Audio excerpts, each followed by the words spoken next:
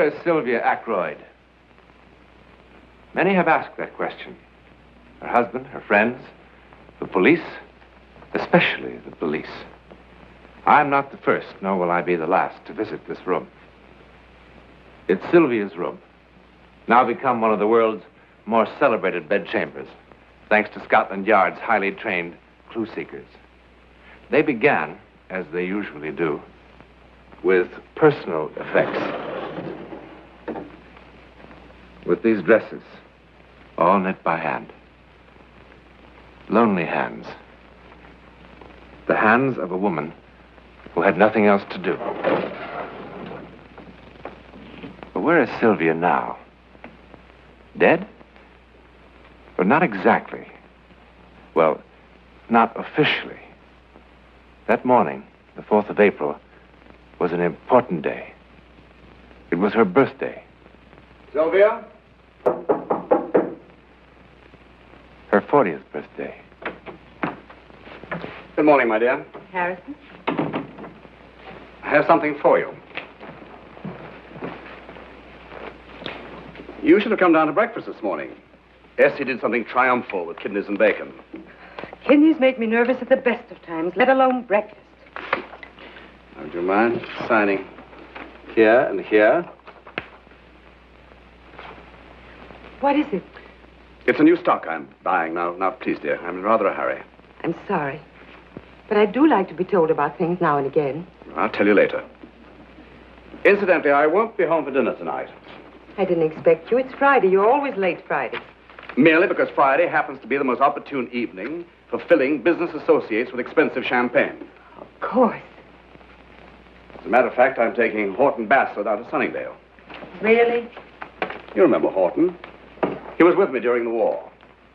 The three of us used to go out together in Paris. He was with us the night we won that waltz contest at Bricktops. That was such a beautiful, lovely night. You have a very good memory, my dear. I need it. Shall I give Horton your regards? Do. Well, have a good day. You too.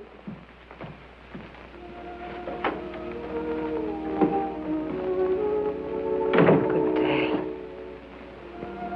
A good day. What is a good day?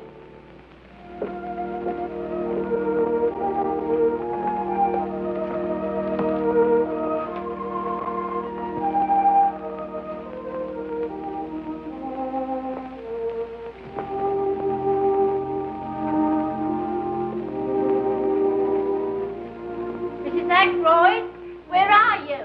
I'm down here, Essie. What are you doing down there? Celebrating my birthday. Oh, thank goodness. I've been wanting to get this place cleaned up.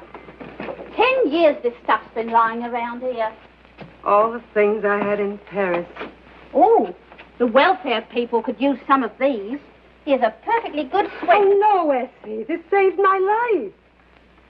You didn't have any heat during the occupation. Oh, living in the past when them things could keep some poor kid warm. Oh, Essie, look. Our transmitter. We used to send messages on that across the channel, and you don't know Don't. how I... You know, we really should send some of these things to the hospital. My diploma from the Sorbonne before the war. What's all this? Oh, Essie. Madame Soulon and I made these the day the Allies marched into Paris. We dyed little strips of rags with red and blue ink, and we waved them and waved them as the boys came marching up the Champs-Élysées the day I met Harrison. Oh, Essie, it was so exciting. Well, it's over now. Yes, it certainly is. It's hard to believe it was even me. What's this? A game for young and old. Oh, well, that can go to the hospital. There's room in there for some of these clothes. No, Essie. Well, what is it? Jeremy. Jeremy. Jeremy.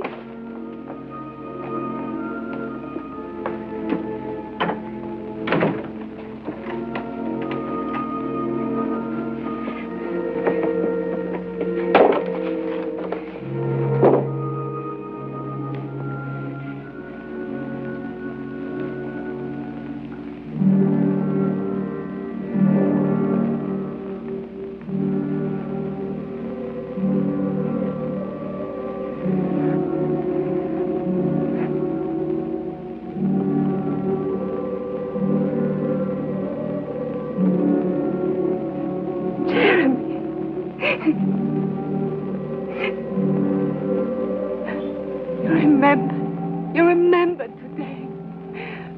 Oh, bless you. I needed it so much. Jared.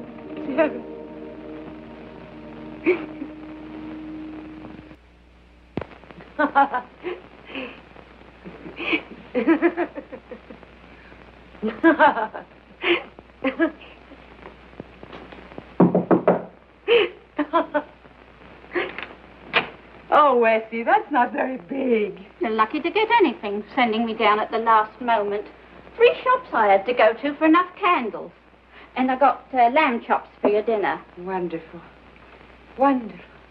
Maybe I should get some more. There's only enough for one. No, that's right, Essie. Dinner for one. I'll have it up here on a tray.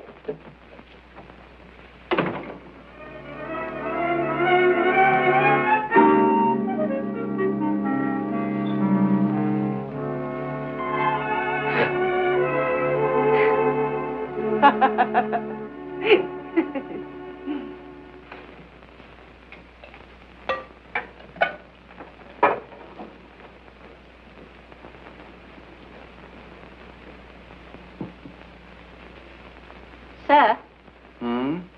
I was wondering if you knew a man called Jeremy. Doesn't that look good? Jeremy who? I don't know. He came to call on Mrs. Ackroyd yesterday. Jeremy. Oh, probably Jeremy Carlos from the Spanish consul. What did he look like? Oh, I didn't see him. He came when I was down at the shops. Mrs. Ackroyd asked me to get her a birthday cake, and it was when I got was back. it her birthday? Heavens, Essie, why didn't you remind me? Anyway, it was quite a party. Well, good. I'm always telling Mrs. Ackroyd she should have more friends. Have a few laughs. Well, there were plenty of laughs yesterday.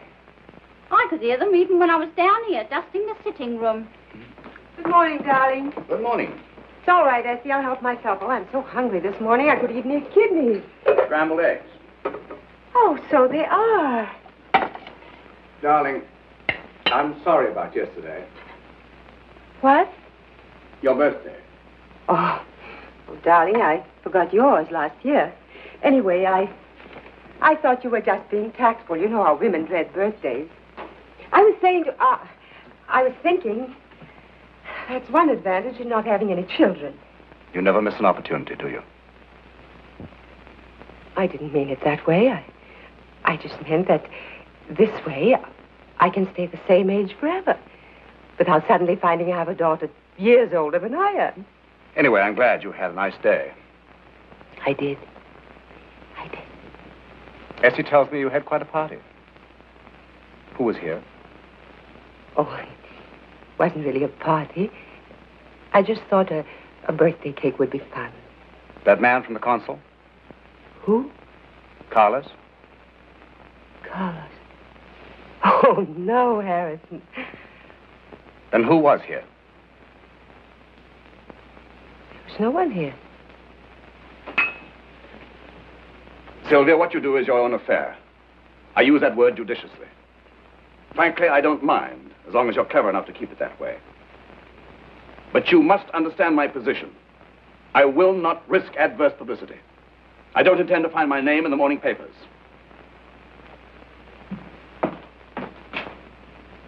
I hope I make myself perfectly clear.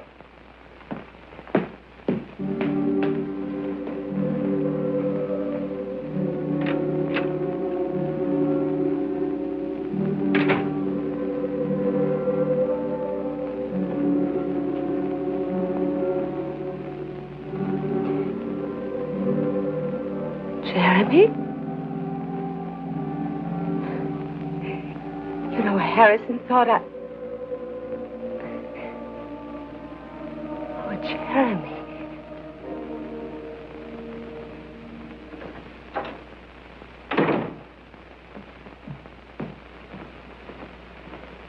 Harrison, you're early. Where did you go tonight? Oh, I got bored with the house, so I thought I'd dine out. Oh, so you thought you'd dine out. Yes, Harrison. It's Friday, your night out. I thought it was time for my night out, too. Where did you go? Paglino's? Did you see anyone we know? Yes, I saw the Bradens. And did they see you? They were sitting at the next table. Well, you're going to tell Lily Braden right now how delightful it is to have your cousin over here on a visit from France. No, I won't, Harrison. Because Lily wouldn't know what I was talking about. Yes, they did see me. In fact, they asked me to join them because I was by myself, dining alone. You're a liar as well. How dare you?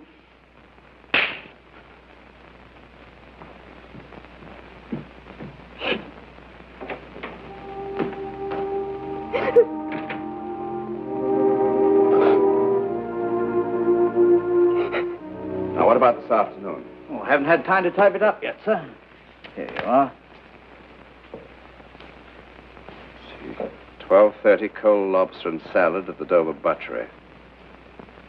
1:15 proceeded along Dover Street to Bailey's Gallery in the Prince's Arcade. Made purchase of 4 pictures. Did you see what they were? Well, without getting too close, sir, they looked like military prints. Soldiers in different kinds of old-fashioned uniforms. Yes. 1:40 took taxi along to the Leicester Square Cinema. American musical starring Sid Charisse and G. Did she meet anyone? Not today, sir. And Mrs. Ackroyd left the cinema about 4:25 and took a taxi home. No visit to the museum today? No, not today, sir. And all this time, she never talked to anyone? Well, not to anyone, sir. What do you mean? When she thought no one was looking, she talked a lot, sir. In a low whisper. And laughing, sir. Your wife laughs a lot. But always to herself. I see.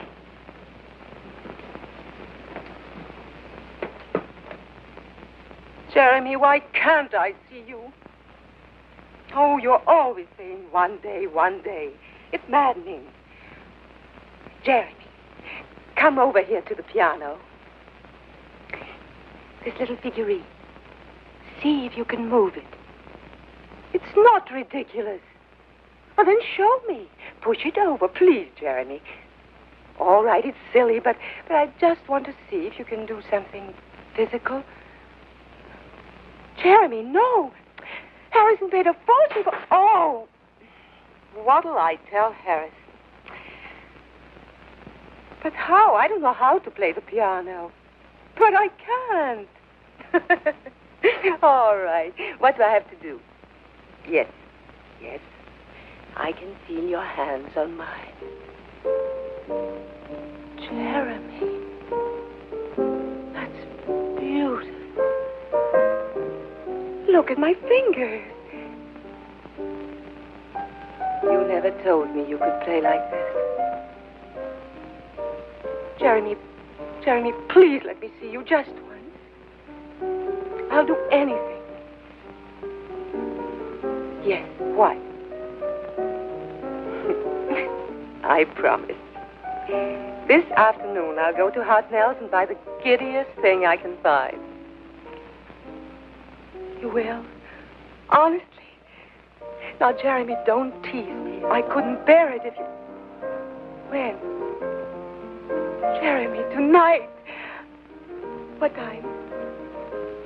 Oh, Jeremy, I want to know how tall you are, and the color of your eyes, and what you look like when you laugh.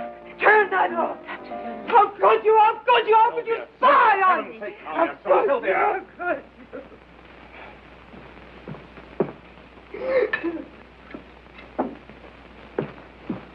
Here, drink this.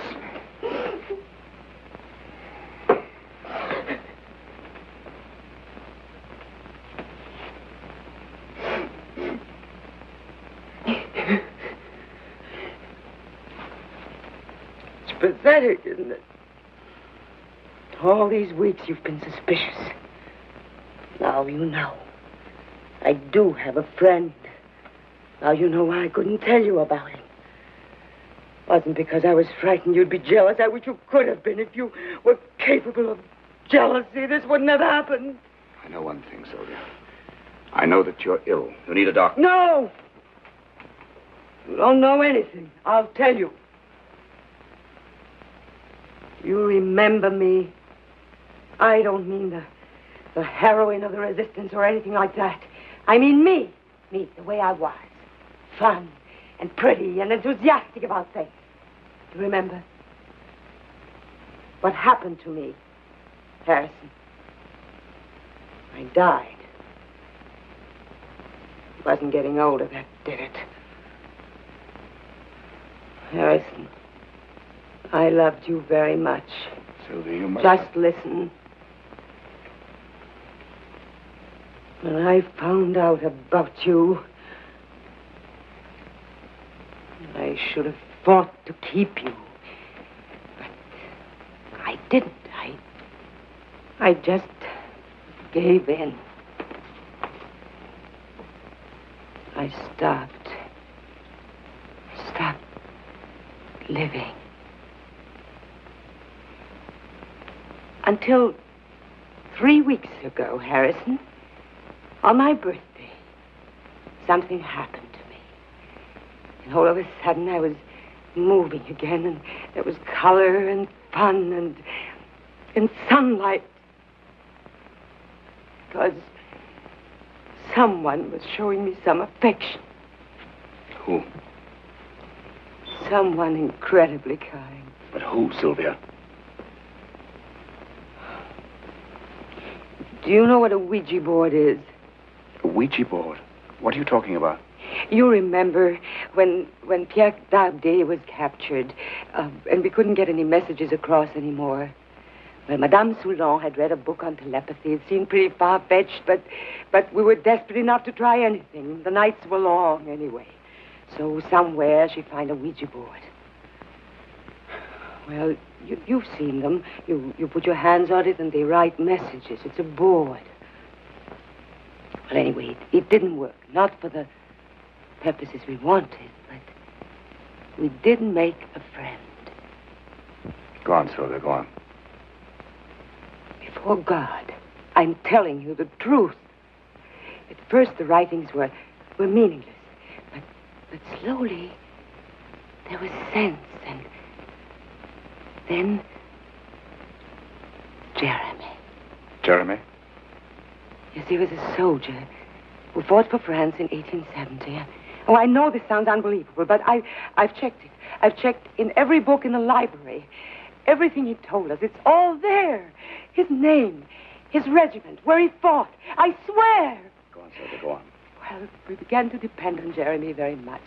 He used to tell us where we could find food from the Germans, and he warned us before the Gestapo made searches, and he... Best of all, he made us laugh. Well, that's my lover. A man who's dead 80 years. Operator, would you give me the number of the Belden nursing home, please? What are you doing? 4561. Harrison, why are you calling that place? I'm sorry, Sylvia. We need a doctor. That's not a nursing home. Hello. Can I speak to the doctor in charge, please?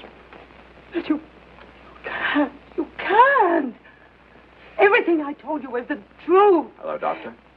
This is Harrison Ackroyd speaking. Could you come over to my house, please, as quickly as possible? It's my wife. Yes, we live quite nearby. There's nothing the matter with your wife. 443 Queensgate, as soon as possible, please. I'm not insane. I'm not. I can prove it. I can. I can. Jeremy promised. Jeremy, you promised. What time is it? Almost 7:30.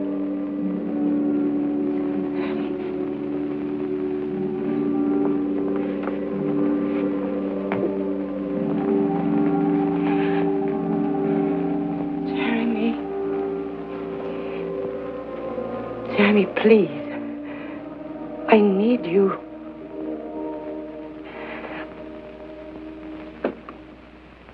Harrison, if you wanted to get rid of me so badly, why didn't you tell me? I would have given you a divorce. This was a cruel way of doing it.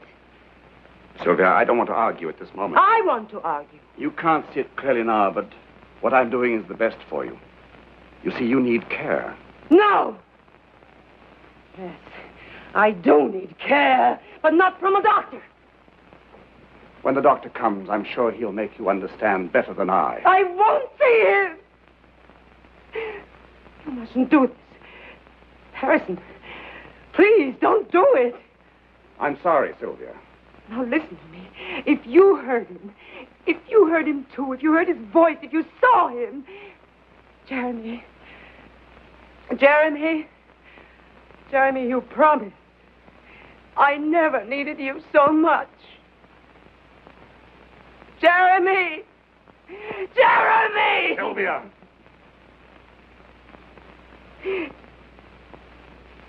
Harrison, the tape recorder. The piano. Now, you know I can't play the piano, Harrison, but you heard me play it on the tape recorder. That was Jeremy. If I can do it now. Jeremy, help me. Help me. Help me, help me, help me.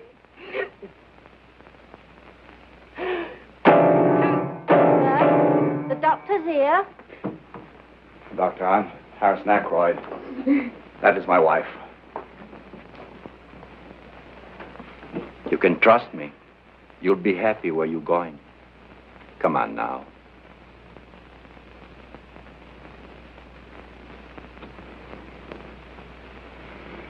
Is it necessary for me to come with you, Doctor? Not at all.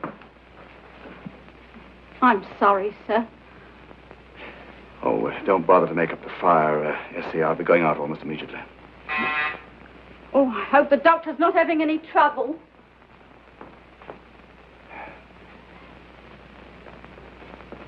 Sir! Mr. Ackroyd? Yes. I'm Dr. Werner. Who? Werner. We talked earlier on the telephone. From the hospital. I've come for your wife. Where is she, Mr. Ackroyd? Where is she? When she left this house, Sylvia Ackroyd joined that bizarre band of human beings who have simply vanished from this earth. Finally, utterly. It would be nice to believe that Jeremy did keep his promise. He told her she'd be happy where she was going, wherever that may be.